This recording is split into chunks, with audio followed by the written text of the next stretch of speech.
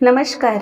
UK Marathi story वर्ल्डमध्ये तुम्हा सर्वांचं मनपूर्वक स्वागत आहे. कथा आवडत असल्यास कथेला लाईक करा, कमेंट सेक्शनमध्ये जाऊन स्वाईप करून हाईप बटन दाबा, कथा शेअर करा आणि चॅनलला नक्की सबस्क्राईब करा. विधी लिखित भाग 45. विद्युत त्याचे उरलेले ऑफिसचे काम पूर्ण करू लागला. तोपर्यंत वीणा सोफ्यावर आडवी होऊन एकटक त्यालाच बघत होती. केबिनमध्ये दोघेच असल्याने चेहऱ्यावरचे मास्क त्याने लावले नव्हते. डोळ्यावर computer screen rays protection specs लावले होते. कपाळावर पसरलेले त्याचे सिल्की केस काम करताना खूपच हँडसम आणि अट्रॅक्टिव्ह दिसत होता तो. कोणी एवढं हँडसम कसं असू शकतो? वीणा स्वतःशीच पुटपुटली. आज त्याला कितीही पाहिले तरी तिचे मनच भरत नव्हते. विद्युतचे काम झाले तसे त्याने लॅपटॉप बंद केला. फाईल ड्रॉवरमध्ये ठेवून डोळ्यावरचे स्पेक्ट त्याने काढले. राहू द्या ना, खूप सुंदर दिसतंय तुम्हाला, वीणा हसून बोलली. विद्युतने भुवई उडवत तिला पाहिले. मॅडम, तुम्ही विसरताय, आता मी मास्क लावणार आहे, मग स्पेक्टचे काम काय? तसेही ते सुंदर दिसावे म्हणून नाही तर डोळ्यावर ताण पडू नये म्हणून यूज करतो. तुमचं लोडून झालं असेल तर जायचं आता? विद्युत गालात हसत चिडवणीच्या सुरात बोलला. मी कुठे लोडत होते? वीणा तोंड वाकडे करत बोलली. बरं बाबा, चूक झाली, आता जायचं घरी. विद्युतने हसून तिचे केस विखरवले. मला चालायला नकोसे वाटतंय, पाय दुखत आहेत. वीणा छोटं तोंड करून त्याला बघायला लागली.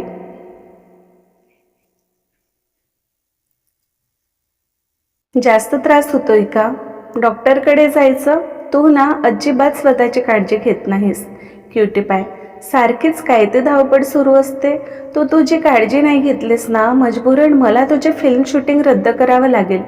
काही नको मूवीमध्ये काम करायला. तुझा नवरा सक्षम आहे आणि त्याच्याकडे खूप पैसा आहे, तेवढं त्याची क्युटी पायला सुखात ठेवायला पुरेसं आहे, कळलं? विद्युत तिच्या शेजारी बसत तिचे पाय त्याच्या मांडीवर घेत हळूवार मालिश करत काहीसं चिडत तर काहीसं काळजीच्या सुरात बोलला. वीणा हसून त्याला बघायला लागली. आता बरं वाटतंय? थोडा वेळ तिच्या पायावर मालिश करून दिल्यावर त्याने विचारले. वीणा हुंकारली. पण मॅडमच्या मनात आणखी काहीतरी फिरत होते. एवढा प्रेम करणारा नवरा मग थोडेसे ॲडव्हान्टेज घेणं तर बनतोच. चल मग, उशीर होतोय. तिचे पाय हळूवार खाली ठेवून तो उभा झाला.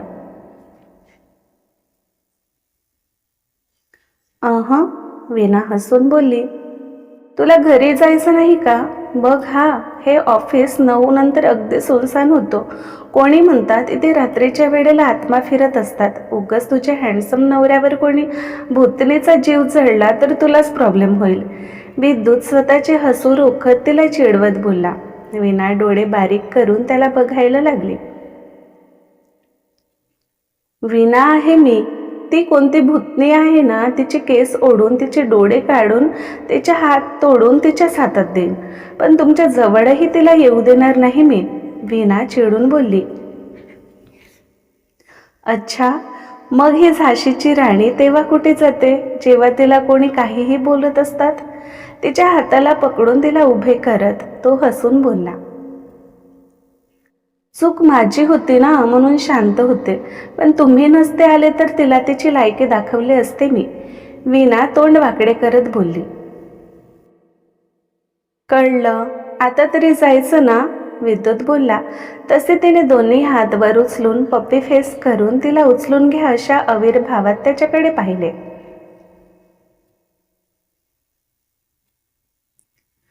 तुला असे नाही वाटत तू जास्त लाडात येत आहेस? तुझा नवरा एवढाही बॉडी बिल्डर नाही आहे की हे 60 किलोचे वजन बाहूत उचलून घेऊन फिरेल. विद्युत एक भुवई उंचावत तिला बघू लागला. 60 नाही, 50. आणि मग सकाळी एवढे जिममध्ये 2 तास घालवता ते कोणासाठी? हे बायसेप्स, ही बॉडी फक्त दाखवण्यासाठी आहे का? वीणा गाल फुगवून त्याला बघायला लागली.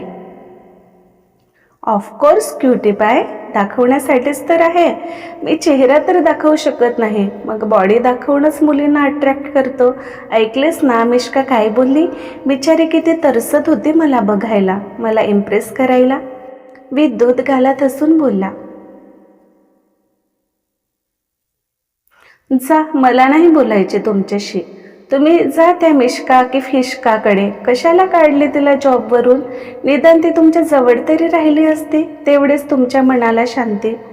वीणा त्याच्याकडे झळझळीत कटाक्ष टाकून पाय आपटत केबिनच्या बाहेर निघून गेली.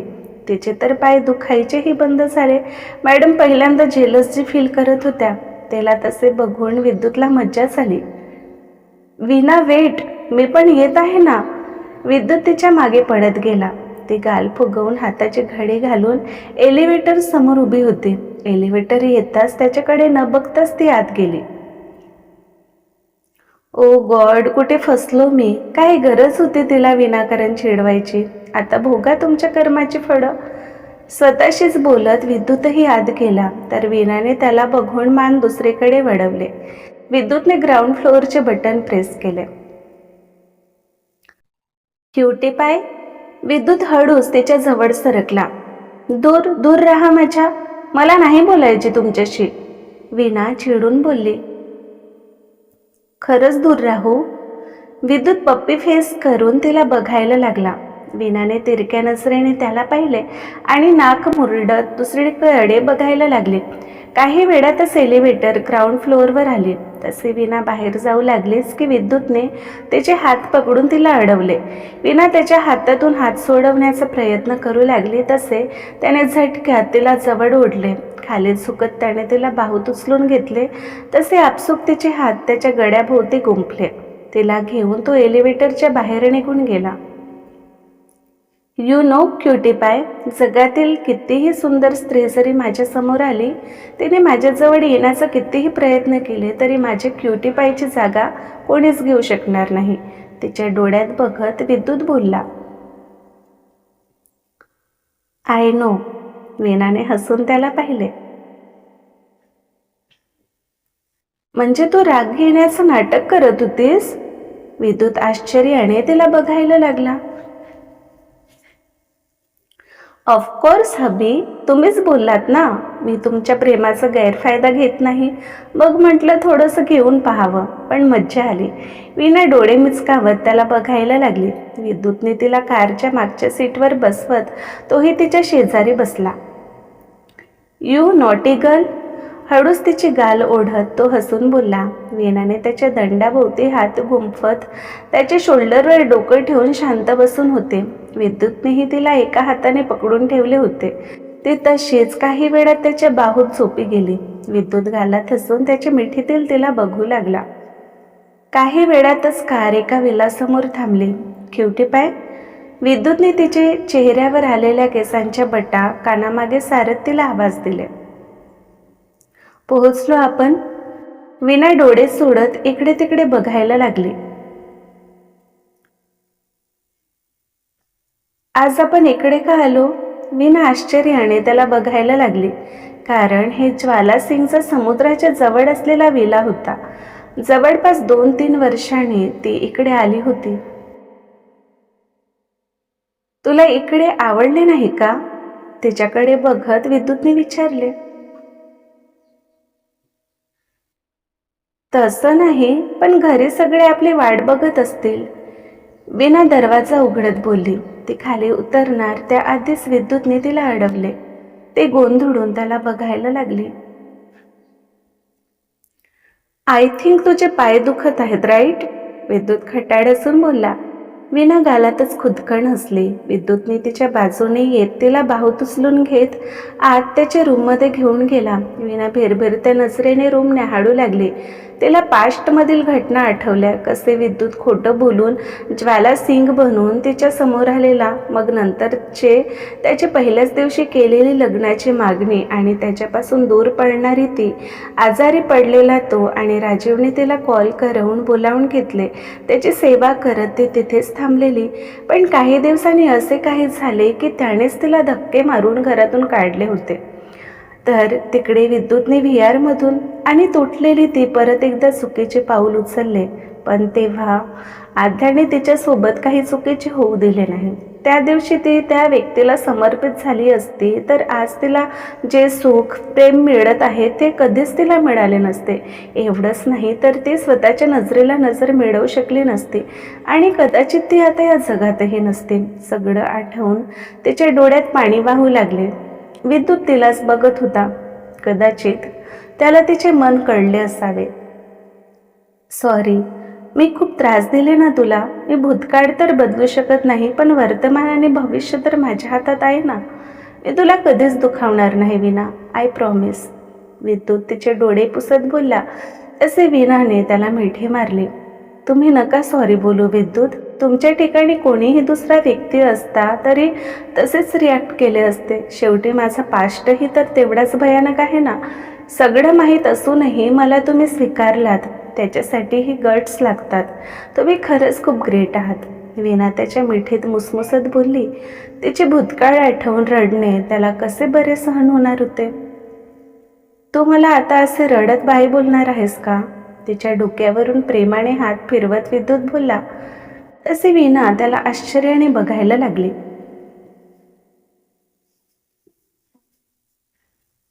तुम्ही कुठे जात आहात का? कपाळावर आठ्या पाडून ती त्याला बघायला लागली.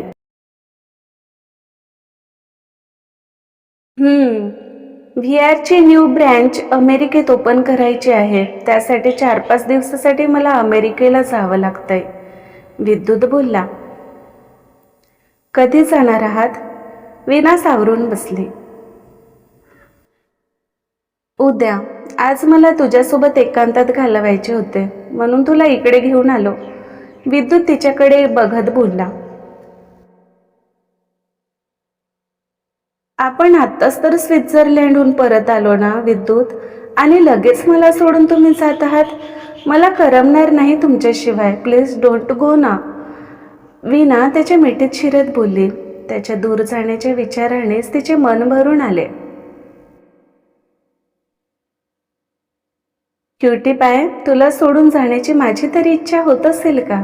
पण काम आहे, जावं लागतंय. प्लीज समजून घे ना. मी तुला खूप मिस करीन शोना. तिला उराशी घट्ट कवटाळत विद्युत भावूक होत बोलला. दोघेही कितीतरी वेळ बस शांतपणे एकमेकांना अनुभवू लागले. लग्नानंतर पहिल्यांदाच दोघे एकमेकांपासून दूर जाणार होते. दुसऱ्या दिवशी सकाळीच विद्युत बिझनेस ट्रिपवर निघून गेला. आज वीणाचा मूड खूपच ऑफ होता. तिची शूटिंग करण्याची मुळीच इच्छा नव्हती. तिने लगेच प्रोड्युसरला ती येत नसल्याचे कळवले, पण ती घरात बसून तर राहू शकणार नव्हती. तसेही वॅबमध्ये जाऊन बरेच दिवस झाले होते. आज तिने तिकडे जायचे ठरवले. ती तयार झाली आणि कॅब बुक करून लगेच निघून गेली. Hi guys. व्हॅबच्या ऑफिसमध्ये येताच वीणाने तिचे मास्क काढून सगळ्यांना ग्रेट केले. अरे वीणा मॅम, किती महिन्यांनी. कसे आहात? तुमची हनीमून ट्रिप कशी झाली? काय म्हणतात विद्युत सर, सगळं ओके आहे ना? आज शूटिंग नाही का तुमची? तिला बघताच कावेरीने तिच्यावर प्रश्नांचा भडीमार सुरू केला. कस्तुरीही त्यांच्या जवळ आली. एवढ्या दिवसांनी भेटत आहे त्याचे काही नाही, आणि तुला एवढं सगळं जाणून घ्यायचं? वीणा गाल फुगवून तिला बघायला लागली. तू आमचीच वीणा आहेस ना? कावेरी बोलली. तसे वीणा कस्तुरी तिला गोंधळून बघायला लागले. अगं, एवढं गोंधळायला काय झाले? Look at you. किती बदललीस तू. पहिले किती बोरिंग होतीस आणि आता बघ. ओय होय, म्हणजे आमच्या जिजूंनी अखेर तुला जगायला शिकवले तर. I am so happy for you Veena. तू नेहमी अशीच हसत राहा. कावेरीने हसतच वीणाला मिठी मारली. तिचे डोळे हलकेच भरून आले. जेव्हा दोघी रूममेट होत्या तेव्हा वीणा फक्त करिअर, पैसा, चांगली लाईफ याचाच विचार करायची. या नादात तर ती एन्जॉयमेंट तेवढी करायचीच नाही आणि वयापेक्षा खूप मोठी वाटायची. कधीतरी कावेरी जबरदस्ती तिला पब वगैरे घेऊन जायची, तेवढीच काय ती एन्जॉयमेंट. पण आज ती छोट्या मुलीसारखी रुसत होती. तिचा हा छोटासा रुसवाही कावेरीला छान वाटला. वीणा मॅम, तुम्ही ना आधीपेक्षा खूप सुंदर दिसत आहात. कस्तुरीही हसून बोलली. थँक्यू. मग कुठवर आले आपले काम? सॉरी यार, मी एवढे दिवस येऊ शकले नाही. सगळे तुमच्यावर थोपवून माझ्याच विश्वात व्यस्त होते. वीणा दिलगिरीच्या सुरात बोलली. गिल्टी फील करण्याची काही गरज नाही वीणा. आम्ही समजू शकतो तू आजकाल किती बिझी असतेस. नवीन लग्न, नवीन घर, जबाबदाऱ्या, शूटिंग सगळं तुला सांभाळावं लागतं. आणि ही कंपनी भलेही तू उभारली असशील, पण आमचेही याप्रती काही कर्तव्य आहे की नाही, कावेरी तिला समजावत बोलली. बरं, कुठे आहे आपली डिझायनर? वीणा इकडे तिकडे नजर फिरवत वसुधाला शोधू लागली. कुठे असणार? तिचे सिक्रेट रूममध्ये. मॅडम नवीन डिझाईन तयार करत आहेत, कावेरी हसून बोलली. मग तिघीही बेसमेंटला असलेल्या एका रूममध्ये गेले, जिथे वसुधाचे वर्क प्लेस होते. इथेच ते डिझाईन बनवायची, त्यावर नवीन नवीन एक्सपेरिमेंट्स करायची आणि नवीन काही तयार झालं की मग ते डिझाईन कट करून कारागिराकडे सोपवायचे. अशा प्रकारे ती नवीन ड्रेसेस मार्केटमध्ये अवेलेबल करायची. हाय वसू. वीणाचा स्फूर्तीला आवाज कानावर पडताच तिच्याच कामात व्यस्त असलेली वसुधा भानावर आली. अरे Veena, what a pleasant surprise. I see you after long time. How are you? वसुधाने तिच्या हातातील पेन्सिल टेबलवर ठेवून पडतच वीणाजवळ येत तिला मिठी मारली. मी मस्त, तू कशी आहेस? तिच्या दूर होत वीणाने हसून विचारले. कशी दिसते? वसुधा तिच्या दूर होत दोन्ही हात पसरून पोज देत बोलली. वीणा तिच्याकडे एकटक बघायला लागली. थोडीशी तब्येतीने कमी झालेली, गाल आत गेलेले, डोळेही खोल गेले होते. डोळ्याखाली सर्कल आलेले, तर चेहऱ्यावर थोडेसे व्रिंकल्स दिसत होते. खूप वीक. आजकाल तुझे लक्ष नाही वाटतं तुझ्याकडे, वीणा नाराजीच्या सुरात बोलली. सॉरी, पण आता काय करणार? ही कंपनी आयुष्य बनले माझे, बस समर्पित झाले. वसुधा हसून बोलली, पण डोळ्यात नकळते दुःख होतेच. एकटी जी होती, ती ज्याच्यासाठी घरच्यांना सोडून आली होती, तो तर क्रिमिनल निघाला. त्याला त्याच्या कर्माचे फळही मिळाले, पण ती घरी परतही तर जाऊ शकणार नव्हती. त्याने तिच्याशी सारे नाते जे तोडले होते. वीणाला तिच्यासाठी वाईट वाटले. खूप चांगली मुलगी आहे, बस थोडीशी रस्ता भटकली होती, पण त्यात तिची तरी काय चूक? म्हणून एकटेपणा तर नाही ना डिझर्व करत ही. तिच्याही आयुष्यात कोणी येऊ दे देवा, जो तिची काळजी घेईल. वीणाने मनोमन देवाला साकडं घातले. कसल्या विचारात हरवलीस? वसुधाच्या आवाजाने वीणा भानावर आली. काही नाही. मग कसं चाललंय काम? वीणाने डोक्यातील विचार बाजूला सारत विचारले. सध्या व्याप ग्रो करत आहे, बट वीणा, शणैयाचा जो ब्रँड आहे त्याला अजूनही आपण बीट करू शकत नाही आहोत. त्यांच्या तुलनेत आपल्या ब्रँडला खूप कमी डिमांड आहे. माहीत नाही त्यांचा डिझायनर कुठून नवनवीन डिझाईन्स घेऊन येतो, वसुधा विचार करत बोलली. आपल्याला तसेही कोणाच्या ब्रँडला बीट नाही करायचे वसू. आपण आपला ब्रँड मेहनतीने वर आणू, वीणा बोलली. तसेही कोणाशी कंपेअर करून तिला सश्यासारखे पडायचे नव्हते, तर कासवासारखे हळूवार पुढे जायचे होते. जेव्हा आपण कोणाच्या पुढे जाण्याच्या प्रयत्नात असतो, तेव्हा आपसूक समोरच्या विषयी जेलसी, द्वेष मनात जन्म घ्यायला लागते. आणि वीणाला ह्या गोष्टीपासून दूर राहायचे होते. आज ती ज्या पोझिशनवर होती ते तिच्या मेहनतीने, आणि शणैयासारख्या मुलीशी तिला खरंच कुठले कॉम्पिटिशन करायचे नव्हते.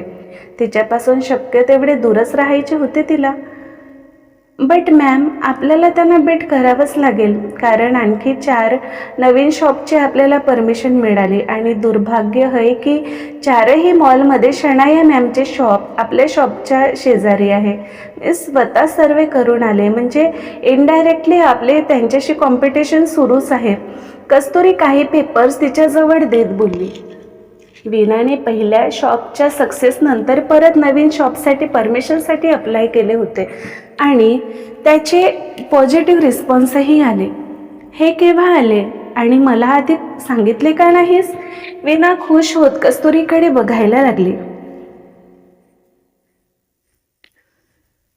सॉरी मॅम, तुम्ही तेव्हा स्वित्झर्लंडला गेला होतात म्हणून सांगायचे राहून गेले. कस्तुरी ओशाडून बोलली. वीणाने कावेरी, कस्तुरी व सुधाकडे नजर फिरवली तसे तिघीने मान खाली घातले. वीणा गालातच हसली. मी खूप खुश आहे. फायनली आपण करून दाखवले. आता आपल्याला थांबायचं नाही. व्हॅब आता नक्कीच देशातील टॉपमोस्ट ब्रँडपैकी एक असेल. वीणाने तिघींना मिठी मारली तसे तिघी खुश झाल्या. पण वीणा कसं? मी एवढी मेहनत घेऊनही शनायाच्या डिझायनरसारखे डिझाईन तयार नाही करू शकत आहे. मी एखादी नवीन डिझाईन तयार केले आणि तो ड्रेस शॉपमध्ये शोसाठी पुतळ्याला अडकवून ठेवले की दुसऱ्या दिवशी नाही तर शनायाच्या शॉपमध्ये नवीन डिझाईनचे ड्रेस येतो आणि ग्राहक तिकडे जातात. त्यामुळे व्हॅब शनायाच्या ब्रँडच्या तुलनेत मागे पडत आहे. यावर आपल्याला काहीतरी उपाय करावाच लागेल. वसुधा चिंता व्यक्त करत बोलली. तसे वीणाही विचारात हरवली. तेव्हाच तिचा मोबाईल रिंग झाला. वामिनीचा कॉल होता. हॅलो. वीणाने सगळ्यांपासून दूर जात कॉल रिसीव्ह केले.